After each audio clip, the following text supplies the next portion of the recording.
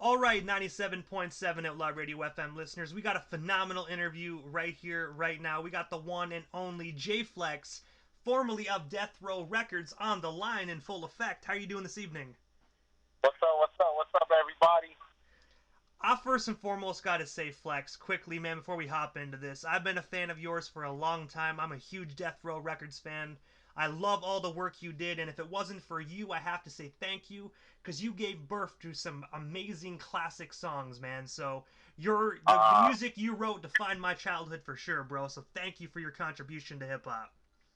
I appreciate you, man. I appreciate, that's what you do it for, the love, man.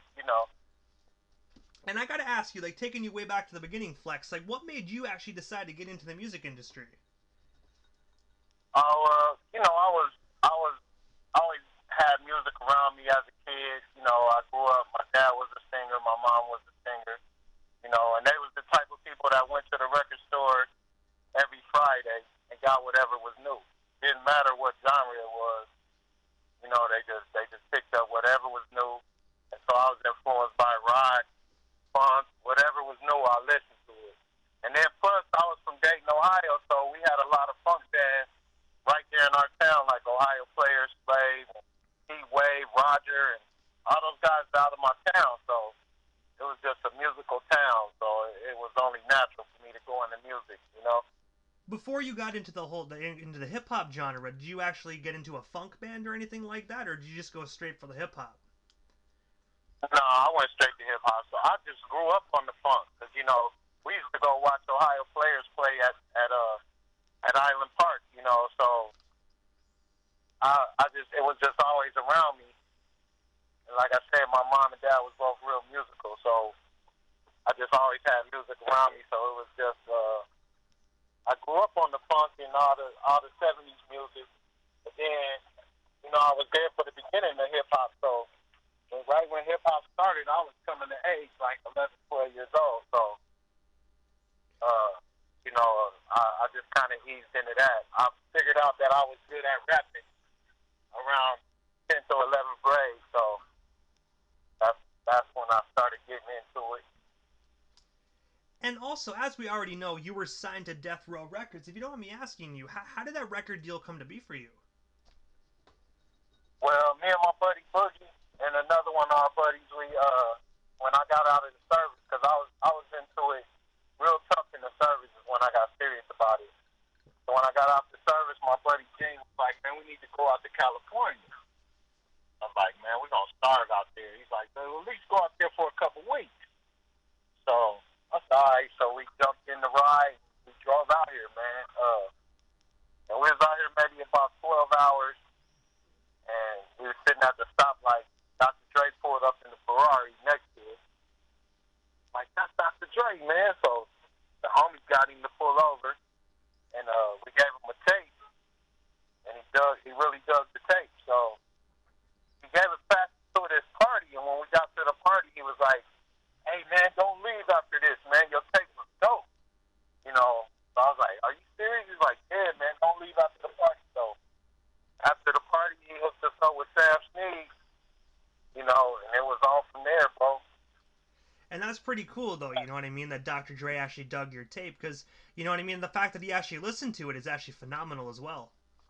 Right. And that's the thing about it. Like, he put me in the game. That's why I could never really, even with all the shit that happened, I could never really have no animosity for him because he didn't have to stop that day.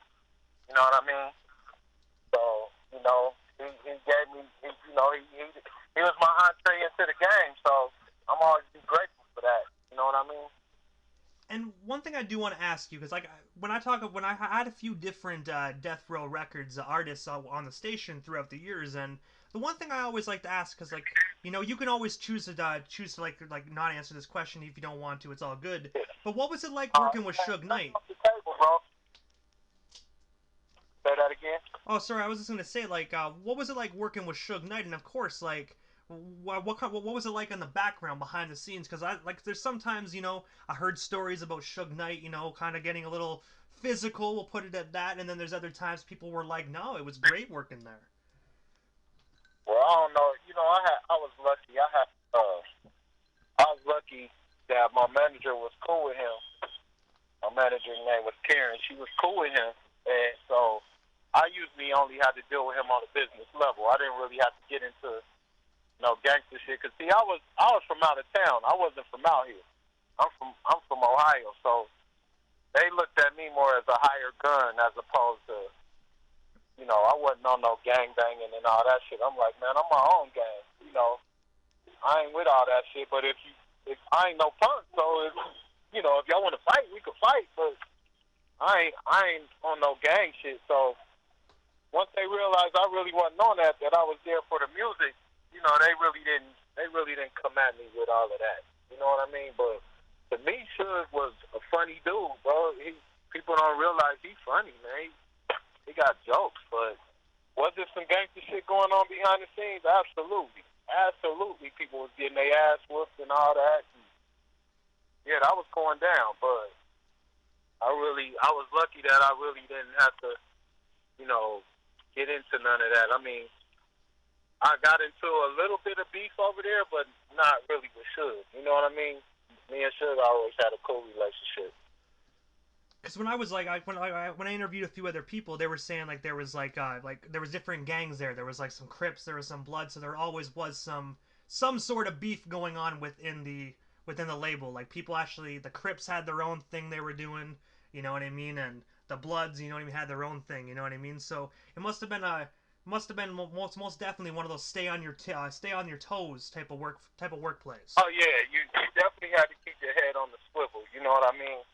But yeah, it was a lot of bullshit going on, man. But what it was really was just ghetto niggas with money. You know, some of these guys had never been outside of Compton. You know what I mean? And then all of a sudden you got all this money, and you know. And I think really seen that Chappelle. Have you ever seen that Chappelle show when he say when keeping it real goes wrong? I have, yeah. Oh yeah. Hold on, bro. Can you hear me? I can hear you perfectly. Can you hear me? Hello? Can you hear me? Hello? Can you hear me, man? Hello, can you hear me? Yeah. Okay, so. Okay, perfect. Saw that Chappelle? Have you ever saw that Chappelle show when keeping it real goes wrong? Oh, I've seen that, yeah. You can't go wrong with Dave Chappelle.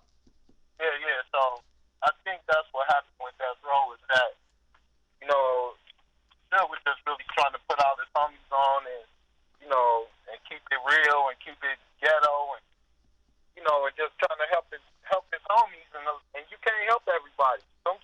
Sometimes motherfuckers gonna drag you down, you know. And I just think what happened was, you know, a lot of the guys that he brought on couldn't leave the street alone, you know, and that's what creeped into. That's what ultimately sunk Death Row was the street.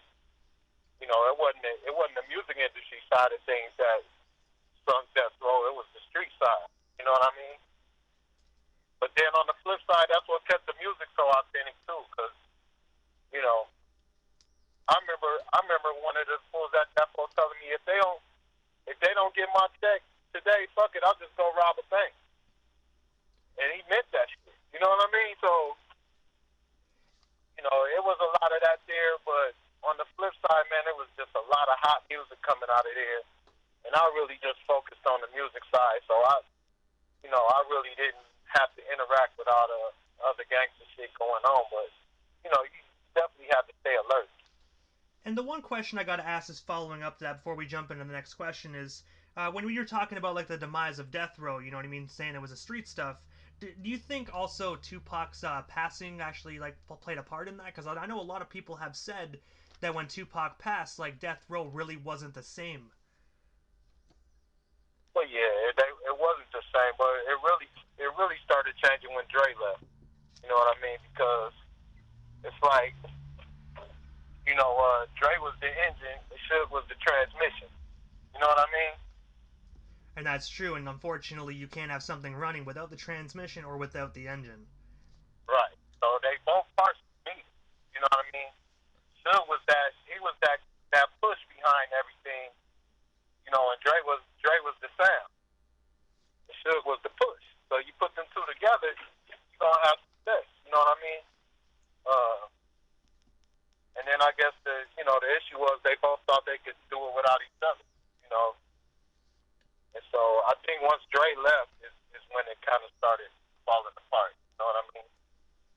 And also, the first song that you actually co-wrote for Dr. Dre was actually "Natural Born Killaz," for that was actually Dr. Dre featuring Ice Cube. I have to ask you, Right. man, what was the inspiration behind that song and your experience working on that? Because that personally is one of my favorite Dr. Dre songs of all time. Well, those lyrics were actually from one of my old songs that I had with my crew in Maryland. It ain't where you from, it's where's your gat. We had a song called that. Like it ain't where you from, it's where's your gat. So that was my verse off of there. So what happened was, like I told you, Dre invited us to the party, whatever. And so the very next day, he had a barbecue at his house, and he said, come on out. So we went out, and Sam Snead had that beat up, the Natural Born Killers beat. Originally, it was supposed to be Dre and Sam Snead on that track, right? So Dre said, well, I'm writing Dre. Sam said, I'm writing Dre's verse, and you're going to write my verse. He's like, you got anything for this beat? I said, yeah. I go in and I spit that shit, journey with me into the mind of the maniac. Soon to be a killer since I came out the nut sack. You know what I mean? And so Dre came in and heard that. He was like, who is that? And like, that's Flexx. Damn, man. That I'm not gonna lie to you, that's one of my favorite songs. I always told a lot of people this there, Flexx, that if I ever had to go out in a blaze of glory, that's the song that I would go out with. It's hard, man. The song, no matter It is who hard. you are, where you are, you can be at for instance, a circus, man, filled with just Yeah. clowns and shit, and that song will make you feel hard as fuck. Excuse my language, Yeah, but bro. that's how it makes you feel. Yeah, it's hardcore. It's hardcore. So, when, so Dre heard my verse and he was like, no, I'm going to spit that verse. You could rap your own verse. You know what I mean? So then Dre said, make me a tape of that. So that was even before CDs. They made him a tape. He said, y'all come up to the video shoot. They were shooting Murder Was the Case. So when we get up to the video shoot, I hear me. I'm like, so Dre had a Ferrari at the time. I hear the Ferrari bumping my verse that I just rapped. The fools was asking Dre, who was that? Dre was pointing at me. That nigga right there, Jay Flexx. So, I guess Cube heard it. Cube was like, y'all should let me do the hook, right? So initially, Cube was just doing the hook. But then Cube was like, man, I need to bust a verse on that. So then they kicked Snead off of that song. But to make up for it, they gave Snead a verse. They gave Snead his own song on the soundtrack, which was You Better Recognize. So that's how You Better Recognize got on there. And that right there is But how you know history it is was made. It was Dre and Ice Cube on that joint. So, Dre's assistant asked me where we were staying at. I said we at the Motel 6 out by the airport. And he said, y'all ain't got to stay there no more. Y'all can come over here and stay at the penthouse on Wilshire. So this all happened within 2 days' time. We was only in LA maybe 2 days. All this shit happened, within a 48-hour period. So It just proves how I quickly stuff can change for everybody. Yeah, I looked at my homie Gene and I said, bro, we not moving back. And that was 1994, man. I've been out here ever since. And when we're still on the topic of Ice Cube as well, from my recollection, you also wrote the song Friday. Co-wrote the song Friday for the Friday soundtrack. I have to ask you, what was it like actually having, your lyrics that you wrote on that soundtrack? Because that song was another huge one by Ice Cube. Well, no, actually, I didn't write nothing for Ice Cube. I wrote Keep the Heads Ringing for Dr. Dre.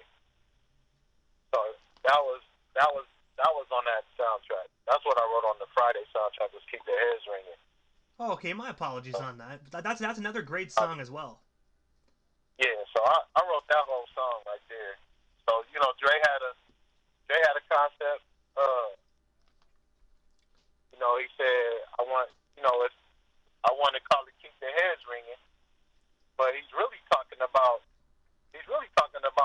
getting some brain on that song, but people don't know that. That's why he say, I know you bobbing your head because I can see you, but you can't see me. That's what he's talking about. And also, before we move off the topic of Dr. Dre, another huge classic song that you actually co-wrote was California Love. You wrote Dre's verse for that, and I have to ask you, what was it like being in the studio and seeing Tupac and Dr. Dre work their magic, man? Because that right there is probably one of Death Row's most famous songs of all time. Well, it was awesome, bro. Like, initially, that was, the California Love song was a Dr. Dre song. So, originally, he had all 3 verses on there. But when Tupac came to Death Row, he let Pac get on there, and he took his other 2 verses off. Tupac wrote his verse in probably 15 minutes. By the time the blunt was finished, he was done with his verse. He went in there and spit it and doubled it and did all that. It was done deal. He was one of the fastest workers. As far as work ethic, nobody could see him. You know what I mean? Yeah, I heard Tupac was a monster, man. Yeah, he knocked out a song in 15 minutes. Done. But the most amazing part, really, of California Love was Roger Troutman, man. I remember when he laid his part. He showed up to Dre's house in a yellow suit with some red socks and red velvet shoes on. He came to work, bro. And he was from my hometown, so I was familiar with him already. Once I told him who I was, he knew some of my aunties and uncles, so he was like, "Oh, okay." And so I went to school with some of his nieces and stuff. So we chopped it up about Dayton because he was from there. And then he went to work, man. And he got the funny thing about it was every like 20 or 30 minutes he would take that tube out of his mouth and swing it around, man. And you got to duck. Like, hey, man, watch where you swinging that thing, because it had spit in it. You know what I mean? So he take it out every 20 minutes or so and whip it around in the air to clear it out. You have to duck. Like, hey, man, watch that shit. But yeah, Roger Troutman, man, he was a beast, man. That was really what I remember most about California Love was him. And I have to say, though, God bless his soul, man. Such a talented individual and gone way too soon. Oh, absolutely, bro. That was really tragic. The whole thing with him and his brother was really tragic, And if you don't mind me asking, were you there for the California Love music video?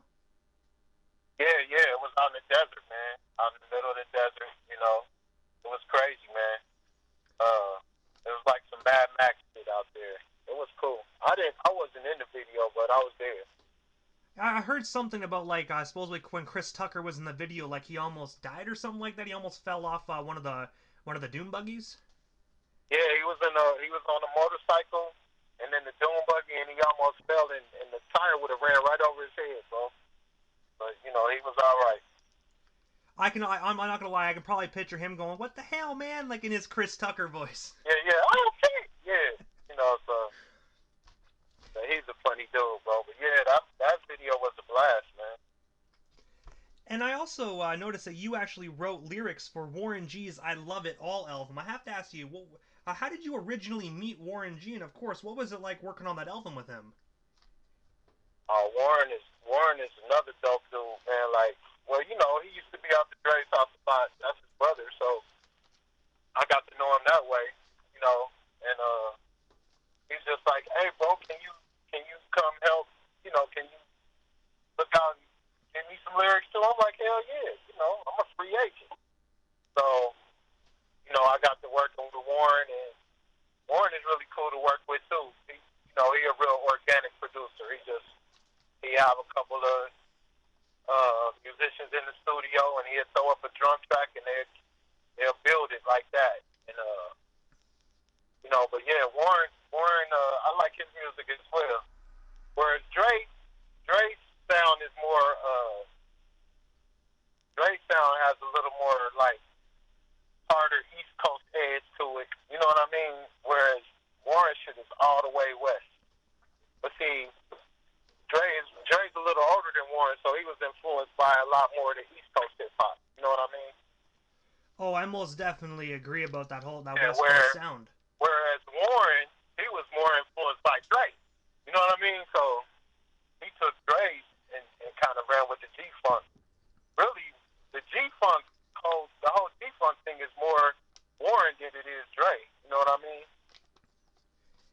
as for Warren G, I gotta say, man, he is a phenomenal individual, even on stage. I saw him live last summer, man. I have to say, he put on a hell of a show. He was a surprise guest with Snoop Dogg, and I'm telling you, man, he sounds just like he does in the studio.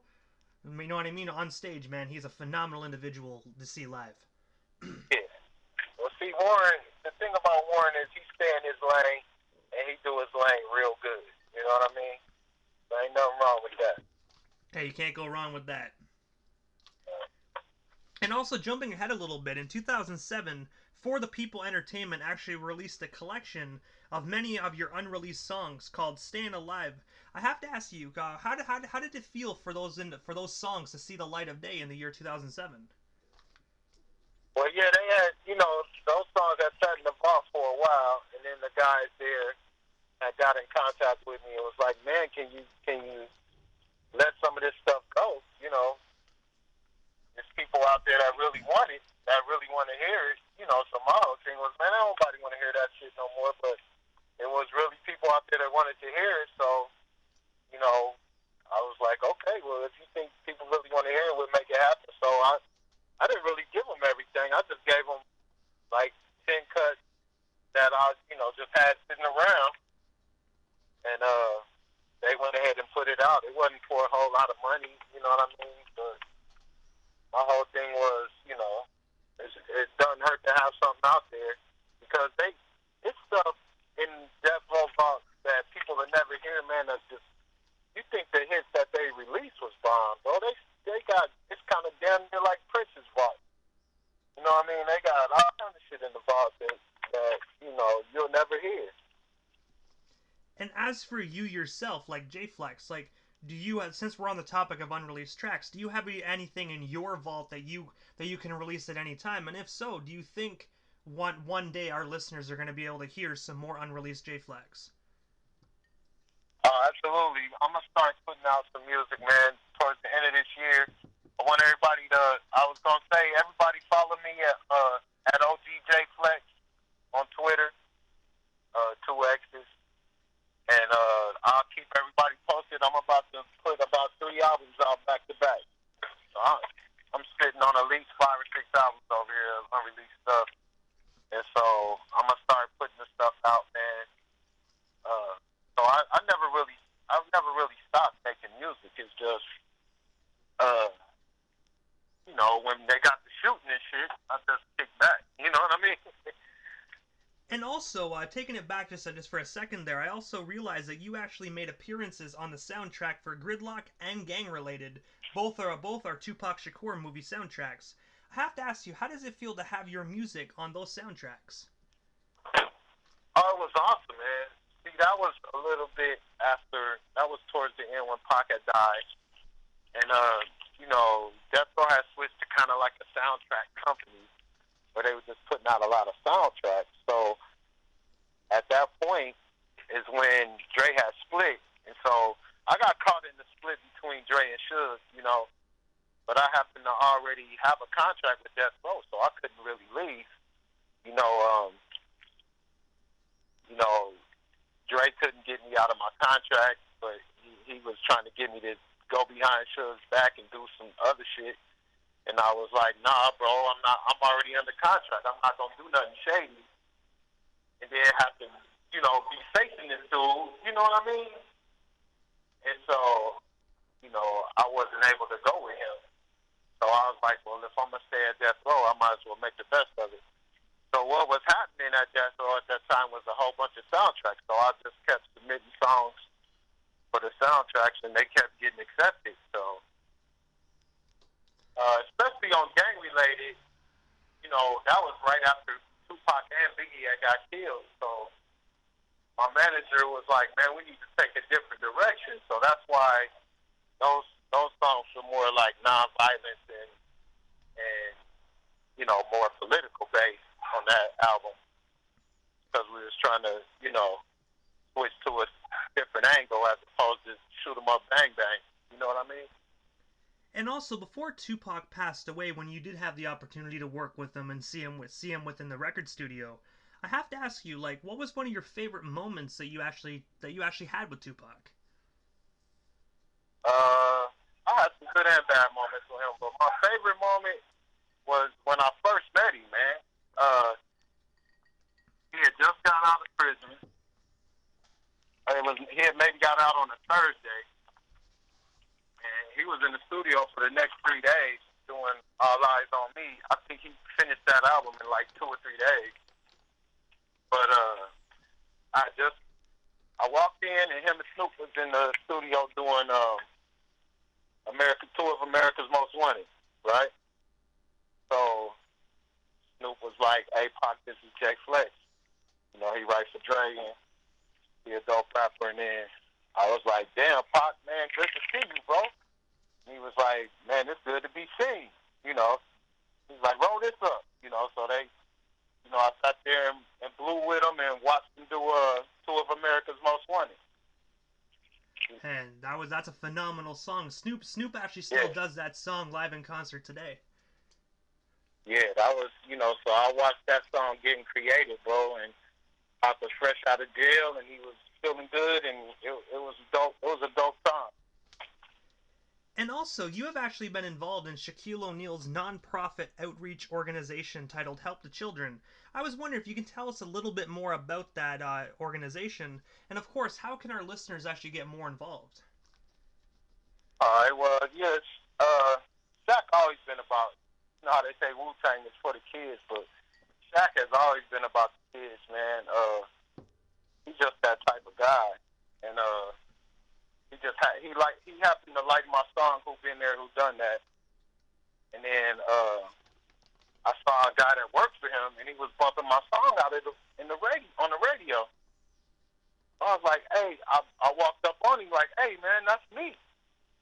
He's like, "You Jay Flexx?" "Yeah." He was like, "Man, my boss loved your song." I was like, "Well, who's your boss?" He's like, "Shaq." Oh, yeah. Hooked it up, you know what I mean? So he hooked it up, and then we went and met with Shaq. And, my manager was always in the non-profit type stuff. I wasn't really into that type of stuff, but I started getting into it, and then it was a good thing that he was doing for the kids. So I tried to get involved. I wound up writing songs for Shaq too. That's actually really cool. I actually did not know that, but a lot of people, like, I knew Shaq was a hip-hop artist, but I didn't know that you actually, wrote songs for him. But the one thing I do want to say when we're on the topic of Shaq, not a lot of people actually, from this day and age, actually know that Shaquille O'Neal was actually a hip-hop artist. Oh, yeah. He started off with the Fooshnickens. He was rapping with them, and then he went on his own and made songs. He got a couple hits. He got the one I like, "Playing on the West Side." That's a big hit, bro. And he's a phenomenal artist as well, man. Like, he most definitely is a jack of all trades. He can spit. Yeah, Shaq could come and rock the show, bro. Listen, he'll turn the party out, for real. And he DJing, even now they say he's DJing, so he's just always been a lover of hip-hop. And it was cool working with him, too, man. He a real down-to-earth guy. You would never know how down-to-earth he is, as big of a star as he is. But he's a cool dude, man. And also, recently, I just noticed that Kenya Ware from Death Row is actually doing a Death Row Records documentary. And I want to ask you, are you going to be a part of that documentary as well? Yeah, I'm sure she'll reach out to me. Kenya's the homegirl, man, so I'm sure she'll get at me about it. I was just chopping it up with her and Sam Snead and them, I think, and John McClain, probably this time, maybe 6 months ago. Snead came to LA, and I was just chopping it up with all of them, so I'm sure she'll get at me about it. She was in the mix, so she knows stuff. And I gotta ask you, Flexx, what is next for you? Is there anything I happen to miss during this interview? Anything else you do want to promote? I do know that directly after this interview as well, I'm going to be playing one of your songs that you actually submitted into the radio station called Stand Up featuring JG. So I just want to ask you, is there anything else that we actually missed during this interview that you still want to talk about? Yeah, that's one of the songs that gonna be on the first album that I'm gonna put out in a couple months. Like I said, follow me at OGJ Flexx on Twitter, and I'm gonna keep everybody posted when the albums come out. They'll be available on all platforms. You know what I mean? But so I got my albums coming out, and other than that, I've been working on a lot of kid stuff and a lot of COVID PSAs and stuff like that. You know, just trying to do some good as well, but still keep it sharp on the music side. So, like I said, I'm gonna start releasing some of this unreleased stuff. I want everybody to support me, and then the next couple weeks, you know, like I said, follow me on Twitter, and I'll start giving some updates when all that's gonna be coming out. But can I give a couple shout outs, bro? Oh, most definitely. You have the floor. We're a 24-hour station, so you have the floor. All right, man. I just want to shout out a couple people. First off, my cousin Foreign Moolah is probably listening. He a dope artist out of Dayton, Ohio. I want y'all to try to look him up, Foreign Moolah. He got a bunch of heat on YouTube. Check him out. You know what I mean? I want to shout out everybody at all my Express boys, Young Reballer, and everybody at Express, Young Rudy, Matt Peasy. You know what I mean? You talking about some gangsters, bro? But anyways, I ain't gonna even get into that. And all my loved ones that's listening, all my sisters, my mom, and all my cousins, everybody that's listening, man, I want to just shout everybody out. All the J-Flex fans out there, like I said, follow me on Instagram at OGJFlex, 2X's. And I'm gonna keep y'all posted on when the music is dropping. I ain't stopped, man. I'm still doing it. And I'll first and foremost have to say, Flexx, I'm glad we touched base on a lot of your songwriting as well, because in my personal opinion, you are one of the most underrated individuals out of Death Row. You didn't get your props like you should have, man. So I'm glad we can clear that up with the world and let people know what you did, man. Because you helped give birth to some of my favorite personal tracks that I still bump like it came out yesterday. So thank you for everything you did for hip hop, man. I appreciate that, DJ Immortal. Everybody tune in. DJ Immortal keeps it all the way. 100. I appreciate that. You're most certainly welcome, and like I said, thank you, man, for just making these songs, bro, because they most definitely were the anthem of my childhood. Yes, sir. Hey, shout out to my sister Coco too. Go check her website out. My sister Coco does gospel music, so check her out too, bro. But much love to all my fans out there, bro. It gives you a good feeling to know that after all these years, you know, people still interested to know if you still doing music and if you still keeping it together. So I'm gonna keep putting it out for y'all.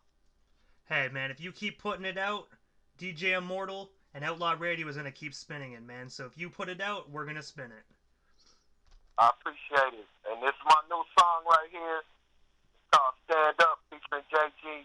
Mom, this for my mama. Mama, turn the radio off now because this ain't a rated PG song.